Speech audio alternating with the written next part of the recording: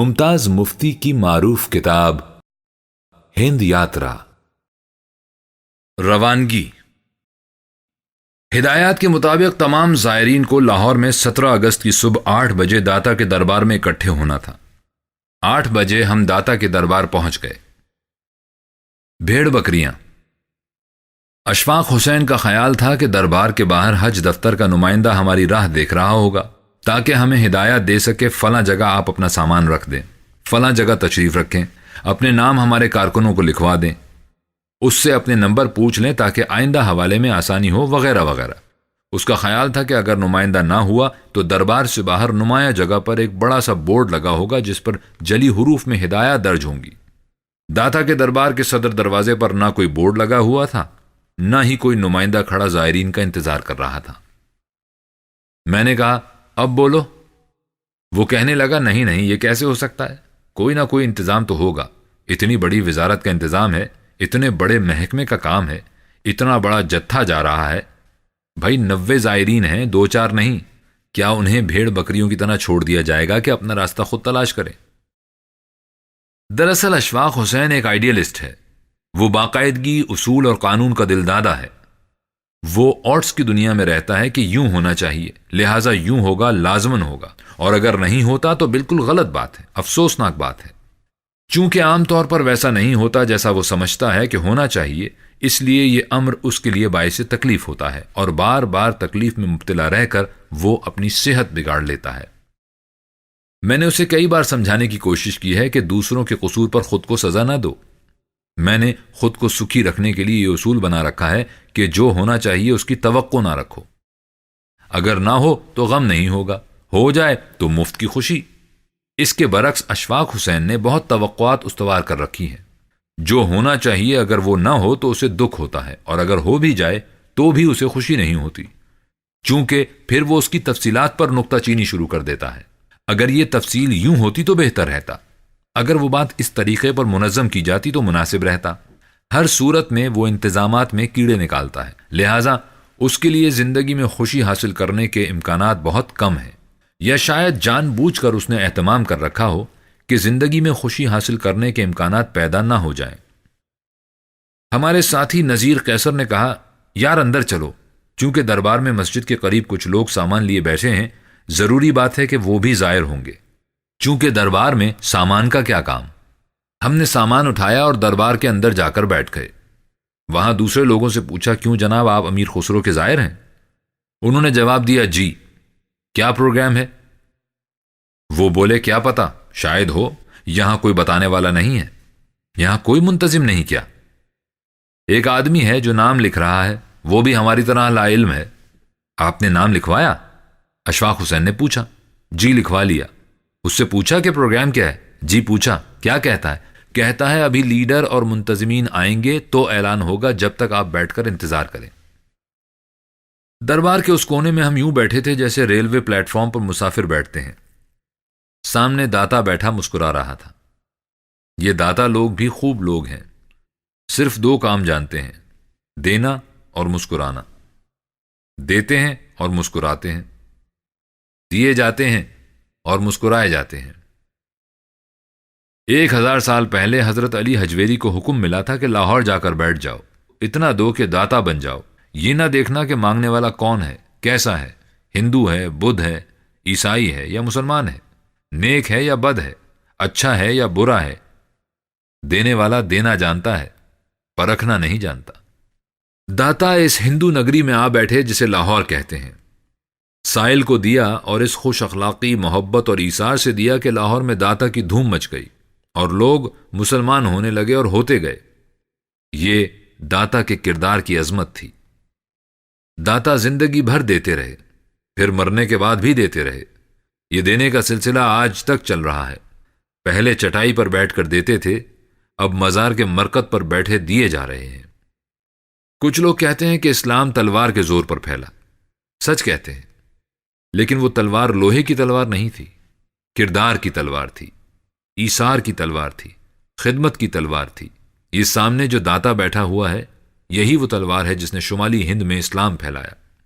ایک ایسی ہی تلوار اجمیر شریف میں پڑی ہے، ایک پاک پٹن میں، ایک قطب مینار کے پاس دلی میں ہے۔ ایسی کئی ایک تلواریں ہیں، انہیں زنگ نہیں لگا، یہ آج بھی کاٹ رہی ہیں، صرف غیر مسلموں کو ہی نہیں، مسلمانوں کو بھی مسلمان بنا رہی ہیں۔ ان تلواروں نے ہند میں آ کر غدر مچا دیا، اندر پرست کو دلی بنا دیا، اجودھن کو پاک پٹن بنا دیا، لاہور کو داتا کی نگری میں بدل دیا۔ میں نے اس داتا کے کئی روپ دیکھے ہیں۔ سن 1921 میں 10ویں پاس کرنے کے بعد میں پہلی مرتبہ لاہور آیا تو بھاٹی دروازے میں اپنے عزیزوں کے گھر ٹھہرا۔ وہاں صاحب خانہ ایک معزز محترمہ تھی، اس کے بال لمبے تھے، چہرہ باوقار تھا، سرخ و سفید تھا، چہرے پر اس قدر روب تھا کہ ان سے بات کرنا بھی مشکل تھا۔ وہ اپنے کمرے میں تنے تنہا رہتی تھیں۔ ہر 2-1 گھنٹے کے بعد ان کے کمرے سے ایک پروقار للکار قسم کا نعرہ سنائی دیتا، داتا۔ اس زمانے میں مجھے داتا کا علم نہ تھا، نہ ہی میں اس لفظ کے مفہوم سے شناسا تھا۔ میں نے محترمہ کی بیٹی سے پوچھا، یہ کیسا نعرہ لگاتی ہیں؟ داتا کون ہے؟ وہ کہنے لگیں، یہ داتا کی پرستار ہیں، کبھی داتا کے دربار پر جاؤ اور داتا کو دیکھ لو۔ تب میں نے پہلی مرتبہ داتا کی خدمت میں حاضری دی۔ میں نے دیکھا داتا تو ایک مزار ہے جہاں قبر پرست لوگ ماتھا ٹیکتے ہیں۔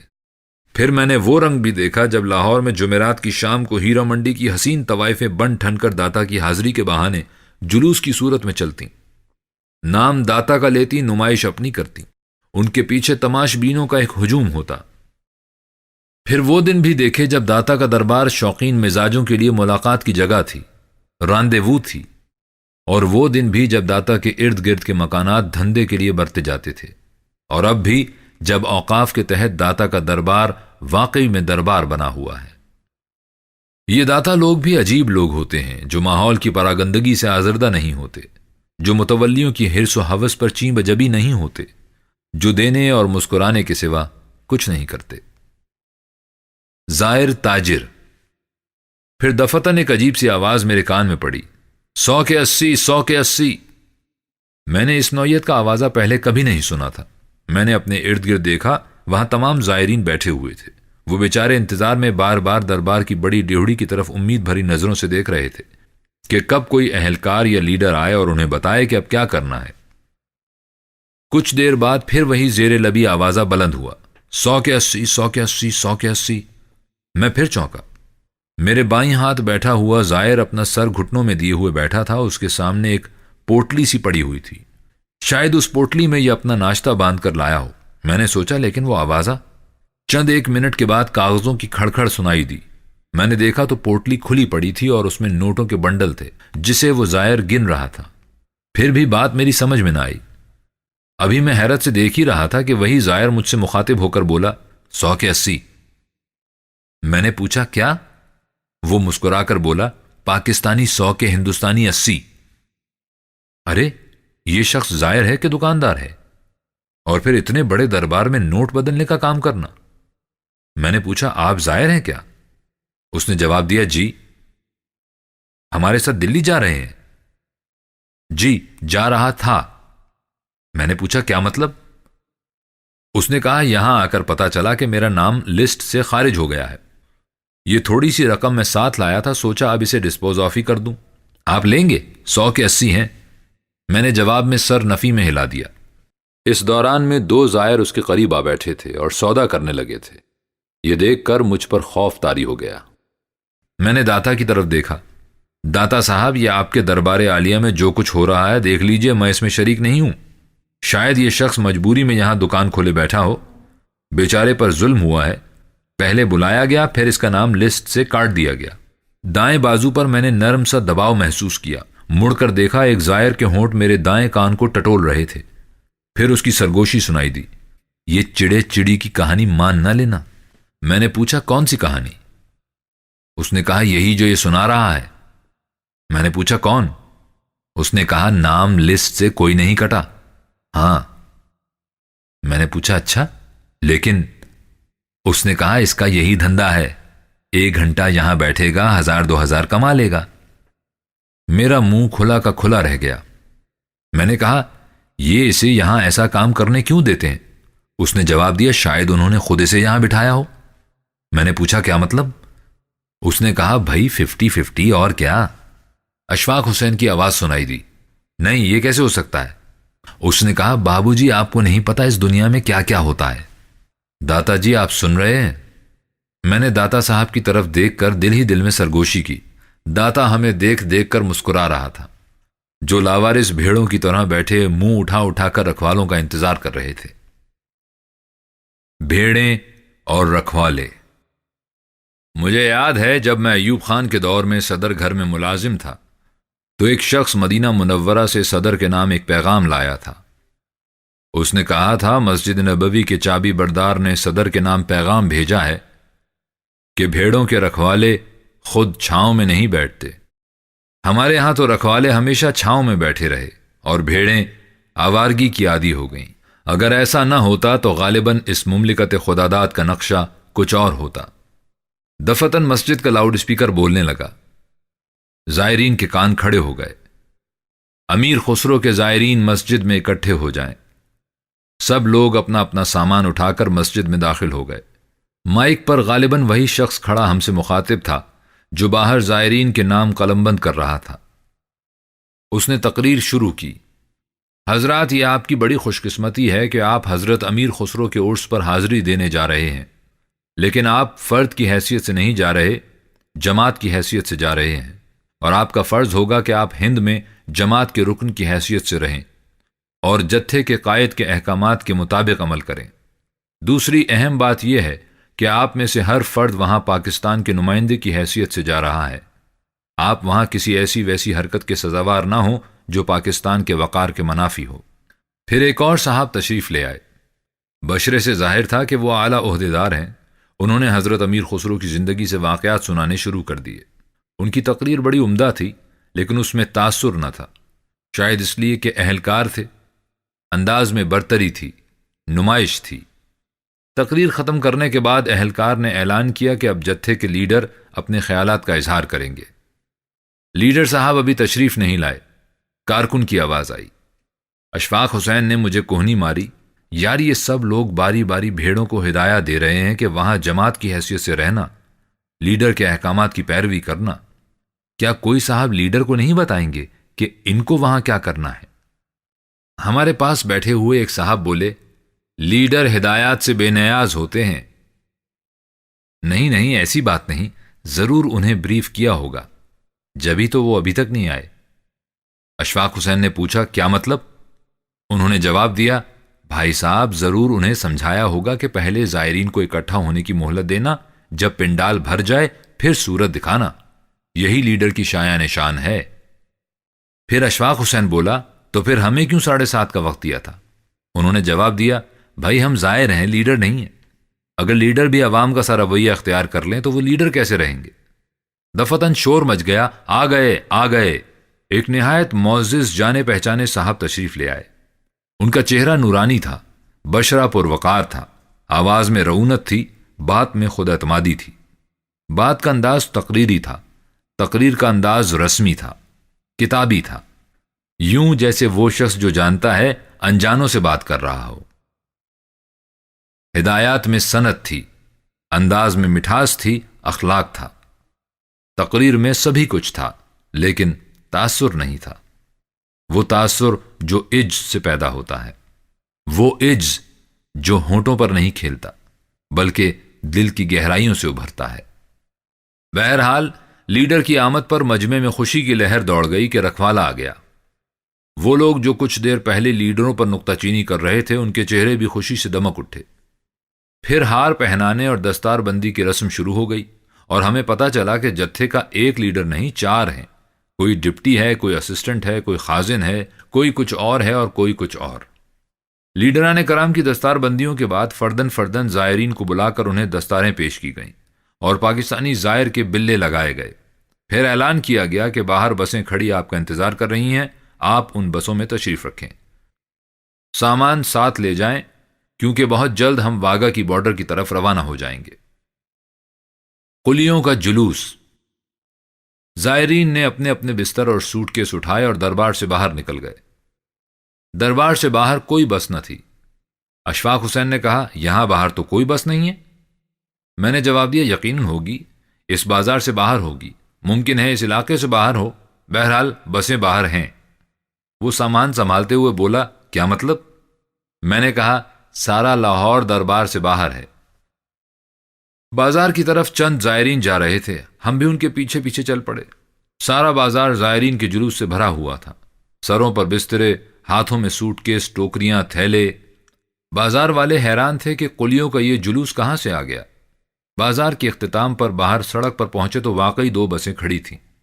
بسوں پر سامان لاد دیا گیا، لوگ بیٹھ گئے۔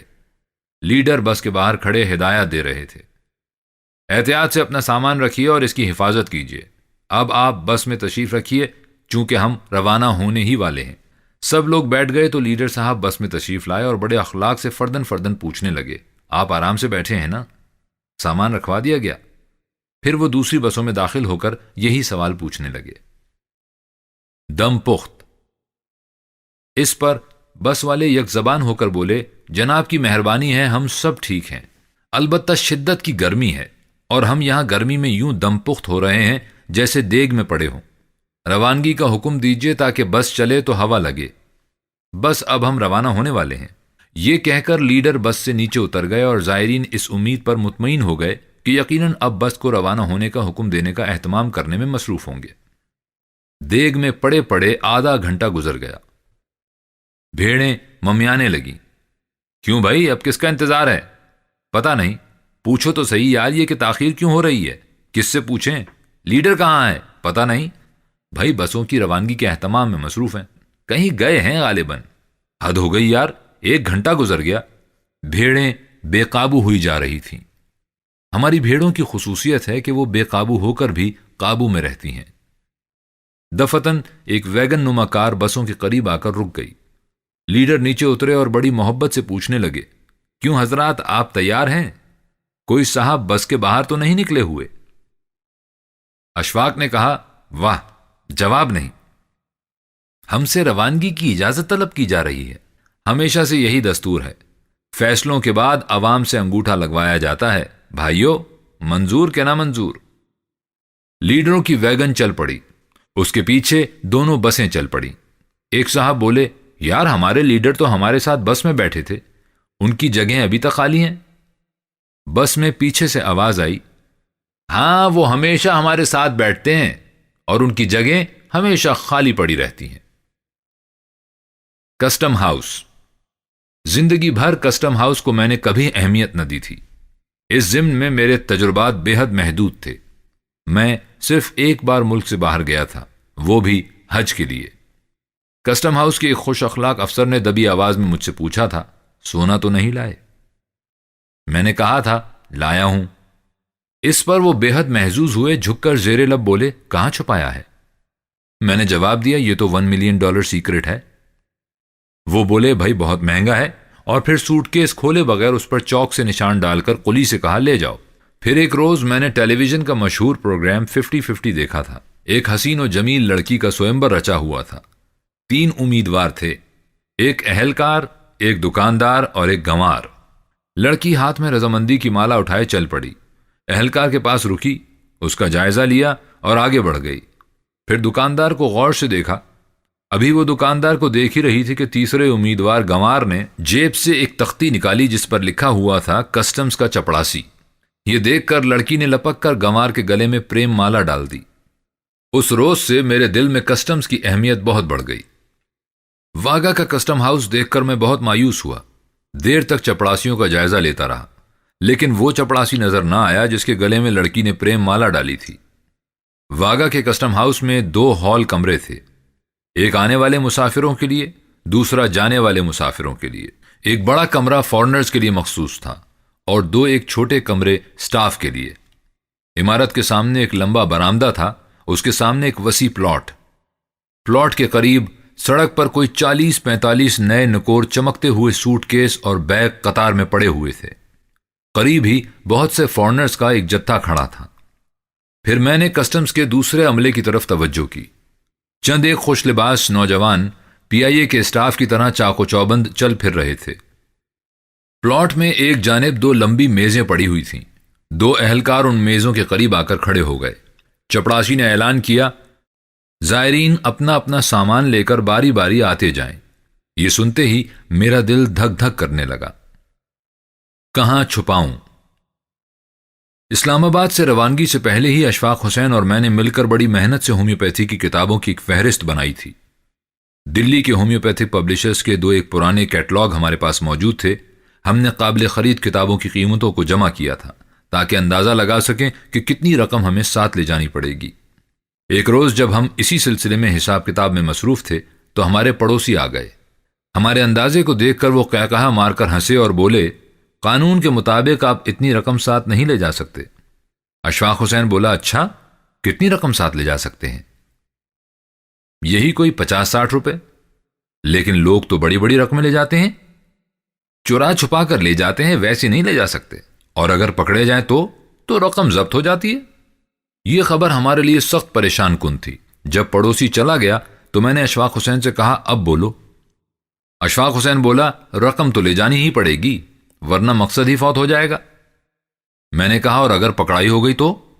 یہ رسک تو لینا پڑے گا بھائی، اشفاق حسین نے جواب دیا۔ اب سوال یہ پیدا ہوا کہ رقم کہاں چھپائیں؟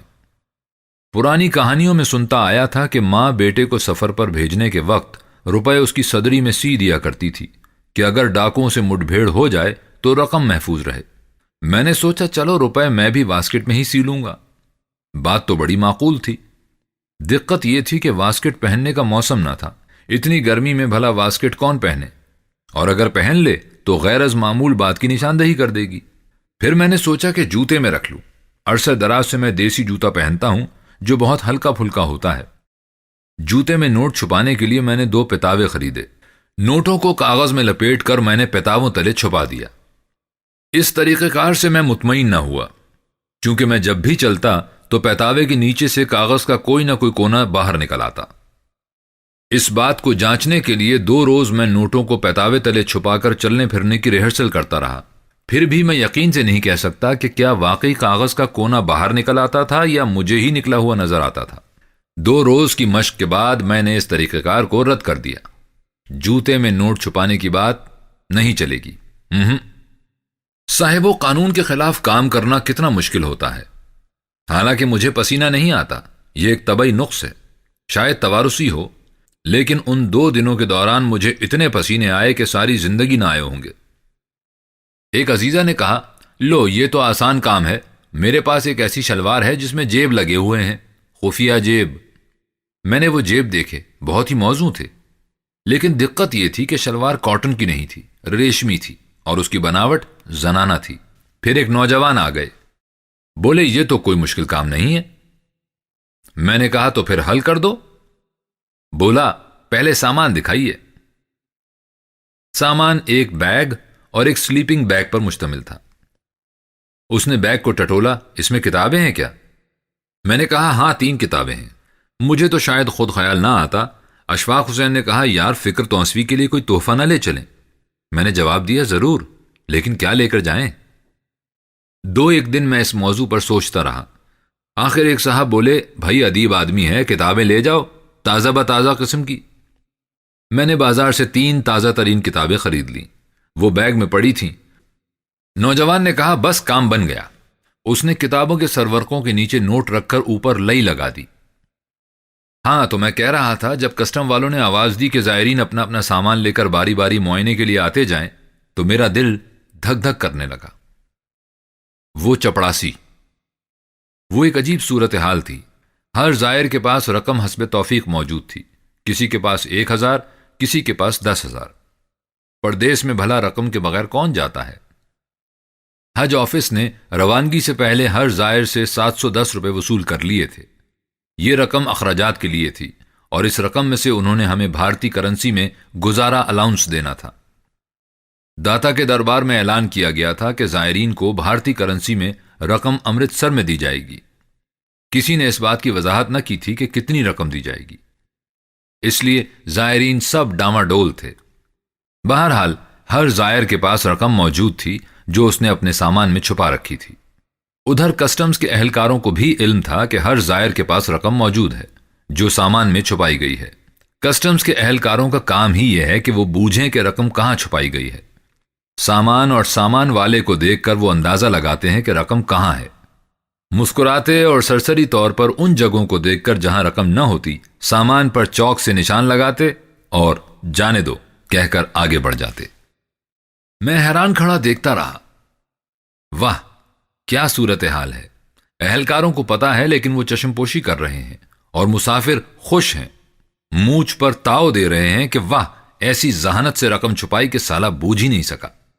پھر دفتن پتہ نہیں کس بات پر کسٹمز کا ایک چپڑاسی بے پھر گیا، جلال میں آ گیا۔ زائر سے بولا بستر کھولو۔ زائر نے بڑی بے نیازی سے بستر کھول دیا۔ چپڑاسی بولا تکیا مجھے دو۔ زائر نے ہچکچاتے ہوئے تکیا دے دیا۔ چپڑاسی نے تکیے کا ایک کونا پھاڑ دیا، اندر ہاتھ ڈالا اور 2000 کے نوٹ باہر نکال کر رکھ دیے۔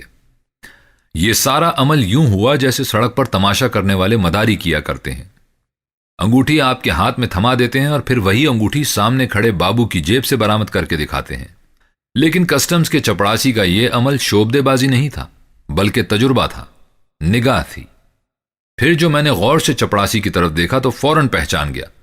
ارے یہ تو وہی ہے جس کے گلے میں 50-50 کی دوشیزہ نے پریم مالا ڈالی تھی۔ کسٹم سے فارغ ہو کر ہم اپنا اپنا سامان اٹھا کر ہندی بارڈر کی طرف چل پڑے۔ پاکستانی بارڈر پر کوئی قلی دستیاب نہ تھا، چونکہ سارے قلی فارنرز کے ٹولے کا سامان اٹھانے پر لگے ہوئے تھے۔ وہاں انہیں 10 کی جگہ 20-25 روپوں کی توقع تھی، بخشش الگ۔ اس لیے ہم دیسی لوگ ان کے لیے گھاٹے کا سودا تھے۔ پاکستانی حد سے ہندی حد تک کافی لمبا فاصلہ تھا۔ اشفاق بولا یار آج تو مارے گئے۔ میں نے پوچھا کیا مطلب؟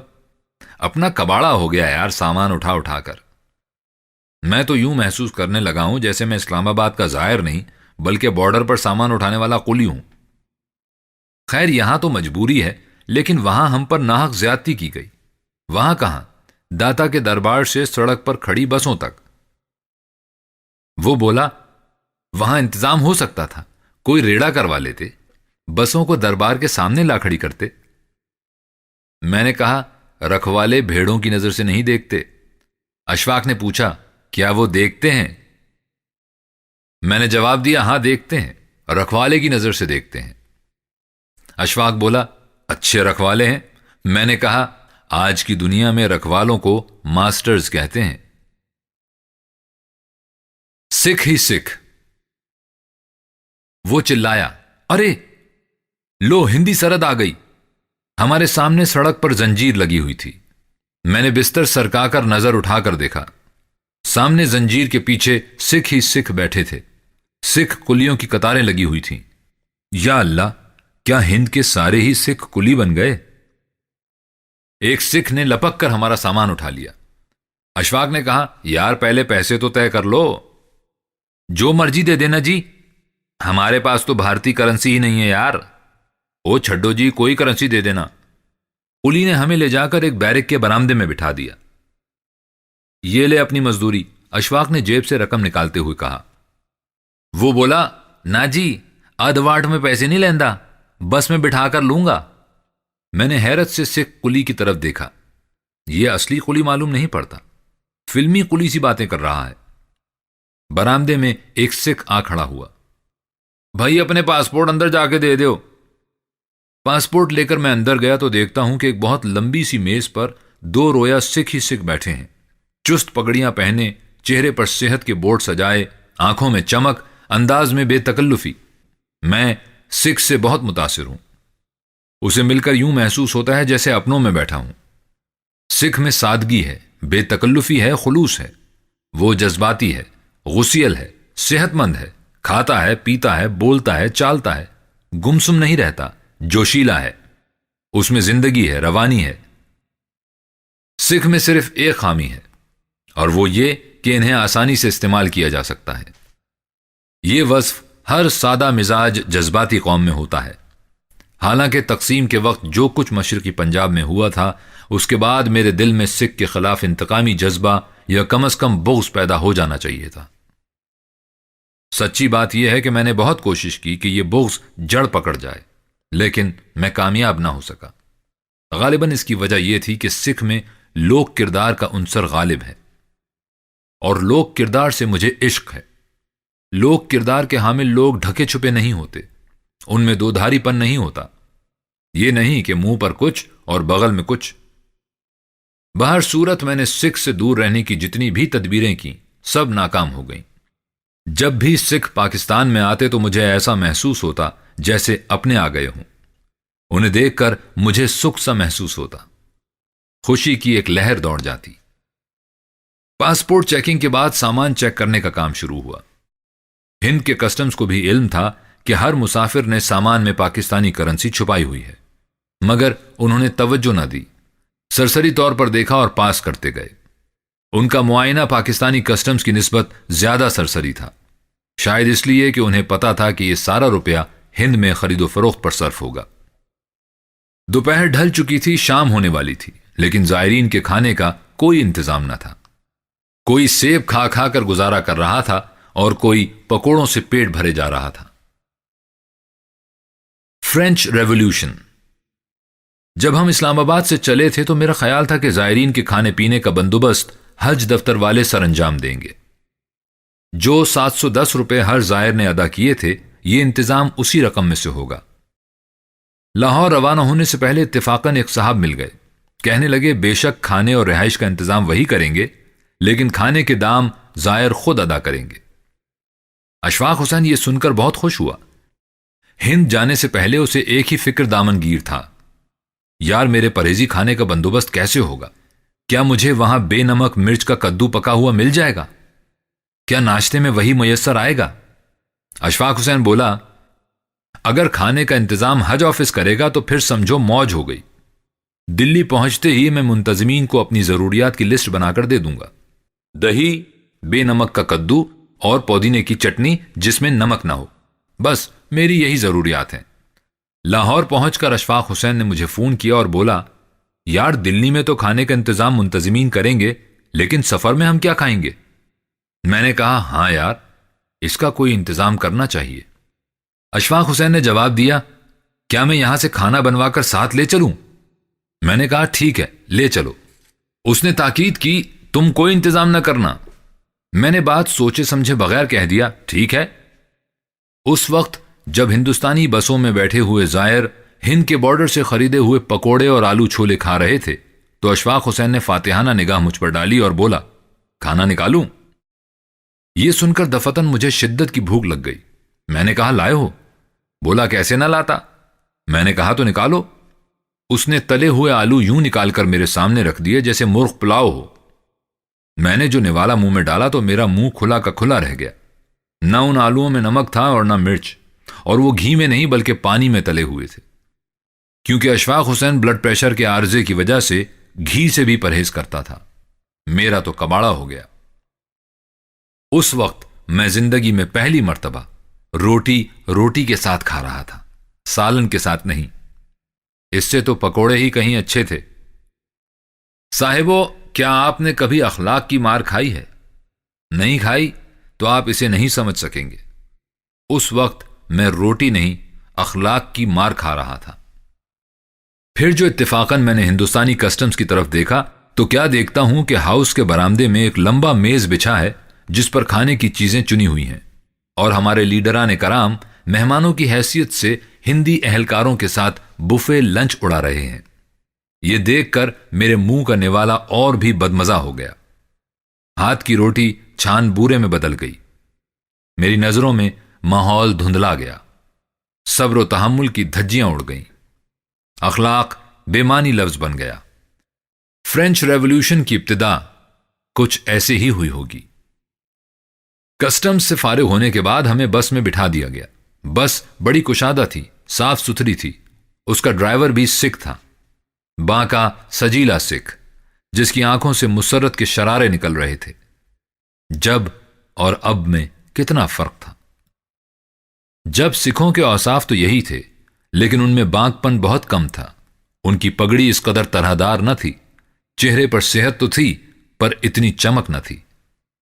میں بس کے ڈرائیور کو دیکھتا رہا، شاید یہ رنگ اور چمک پروفیشن کی وجہ سے ہو، شاید۔ دفتن ہمارے آگے ایک پولیس ویگن آ نکلی اور ڈرائیور نے بس چلا دی۔ میرا سلسلہ خیال ٹوٹ گیا۔ سڑک کے دونوں طرف ہرے بھرے کھیت تھے، تاحد نظر ہرے بھرے کھیت۔ ان میں سکھ کسان کام کر رہے تھے۔ ان کے بچرے سے ظاہر تھا کہ ساری ہریالی ان کے زور بازو کا نتیجہ ہے۔ اٹاری اٹاری اٹاری، میرے ساتھیوں نے شور مچا دیا۔ سامنے اونچی اٹاری پنجوں کے بل کھڑی ہمیں دیکھ رہی تھی۔ کتنا پیارا لفظ ہے اٹاری، کتنا خوبصورت نام ہے۔ حویلی سے زمیندار کی بو آتی ہے، ظلم و استبداد، دھاندلی، اونچ نیچ، مالک ہاری۔ اٹاری میں بو نہیں، صرف حسن ہے، اونچی، نازک، حسین۔ ریل گاڑی میں جب میں امرتسر سے لاہور آیا کرتا تھا تو اٹاری پہنچ کر بڑے شوق سے اس اونچی عمارت کی طرف دیکھا کرتا تھا۔ اب وہ عمارت اتنی اونچی نہ تھی، اتنی حسین نہ تھی، مگر اٹاری کے لفظ میں وہی حسن تھا، وہی رنگینی تھی۔ جب میں حیران ہوا کرتا تھا کہ یہ نام کسے سوجھا، کس نے اس گاؤں کا نام اٹاری رکھا۔ ان دنوں ریلوے اسٹیشنوں کے نام پر میں اکثر حیران ہوا کرتا تھا۔ امرتسر، کتنا خوبصورت نام تھا، امرت کا چشمہ۔ پٹھان کوٹ لائن پر اس سے آگے ویر کا آتا تھا، وہ بھی خیر قابل قبول تھا، شاید وہ ویر کا سے بنا ہو، لیکن کتھو نگل، لا حول ولا قوت، یہ بھی کوئی نام ہوا۔ جب بھی میں امرتسر سے بٹالے کی طرف جاتا تو راستے میں کتھو نگل دیکھ کر تمسخر سے میری ہنسی نکل جاتی۔ کیا بےہودہ نام ہے۔ ایک دفعہ جب میں ریل گاڑی میں بٹالے سے امرتسر آ رہا تھا تو کتھو نگل کے اسٹیشن پر میں نے اپنے ایک ہمراہی سے کہا، کیا آپ نے اس اسٹیشن کے نام پر غور کیا ہے کبھی؟ کتنا محمل نام ہے، کتھو نگل۔ ڈبے میں دوسری طرف سے ایک کسان بولا، بابو جی اسٹیشن کا نام تو بالکل ٹھیک ہے جی، اسٹیشن کے اس طرف جو گاؤں ہے اس کا نام ہے کتھو، اور اسٹیشن کے اس طرف جو گاؤں ہے اس کا نام ہے ننگل۔ سرکار نے دونوں گاؤں کے بیچ میں اسٹیشن بنا دیا، کتھو ننگل نام رکھ دیا کہ کتھو والے بھی برتیں، ننگل والے بھی برتیں۔ اس روز گویا میری آنکھوں سے پردہ ہٹ گیا۔ پھر کئی ایک اسٹیشنوں کے نام واضح ہو گئے، مثلاً چھانگا مانگا، راجہ سانسی، چیچو کی ملیاں۔ مجھے یاد ہے میں ریل میں سفر کر رہا تھا، آدھی رات کے وقت گاڑی ایک اسٹیشن پر رکی جس کا نام تھا چیچو کی ملیاں۔ اس زمانے میں قلیوں کی ڈیوٹی تھی کہ رات کے وقت جب گاڑی رکے تو اسٹیشن کا نام بآواز بلند بولتے رہیں۔ گاڑی رکی تو قلی چلایا، چیچو کی ملیاں۔ یہ سن کر میرا ایک ساتھی ہڑبڑا کے جاگ اٹھا، جیب میں ہاتھ ڈال کر دوانی نکالی اور کھڑکی سے سر نکال کر چلایا، بھائی دوانی کی دے جاؤ۔ میں نے کہا، جناب آپ کیا خرید رہے ہیں؟ وہ بولا، چیچو کی ملیاں۔ میں نے کہا، بھائی میرے، چیچو کی ملیاں تو اسٹیشن کا نام ہے۔ وہ مایوس ہو کر بولا، اچھا، میں سمجھا کسی پھل کا نام ہے۔ تو میں نے کہا، چلو نیا نیا پھل ہے، چکھ لو۔ دور اٹاری دو رویا درختوں کی اوٹ سے ہمیں یوں جھانک رہی تھی جیسے گاؤں کی کوئی کچی کڑی کوٹھے پر چڑھ کر بنیرے سے جھانک رہی ہو۔